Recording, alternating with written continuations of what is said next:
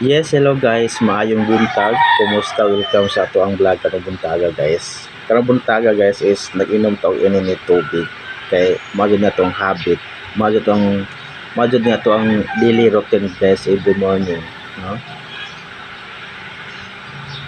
Before ta mo bukaon, before ta atong paslakan atong tiyan, so dapat moinom usa ta daan og dili po kasi init, sakto-sakto ra siya nga kanang atong malunod sa tuang tiyan mga guys para panghugas sa tuang tinae nga itong mga toxin nga manggawas sa tuang lawas kasi siyempre nagkaon ta og ang atong mga pagkaon is puros mga chemical, no?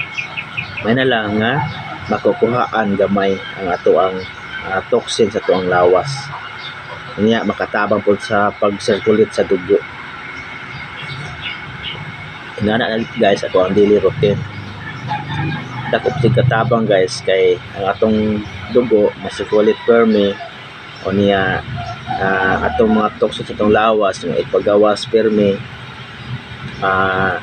dagdag po siya og kanang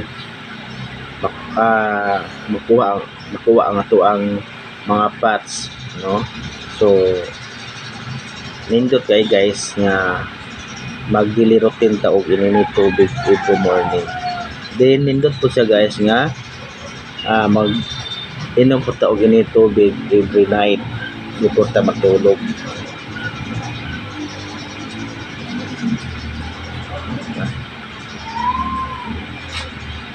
Dali ra mo gito eh.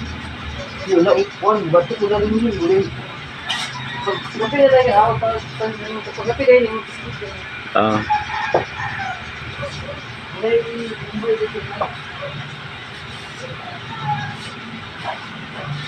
So mao na siya guys nga ato ang daily routine guys, no? Every morning before ta mukaon og kanon ato jong tundan usa primero ang ato ang tiyan og warm water, no? Every morning nalami pud siya, moinom og tubig o warm hot water gabi before ka matulog og mabuntag, no? So mo nay daily routine nako taga buntag kay man na lang makatabang sa tuang lawas,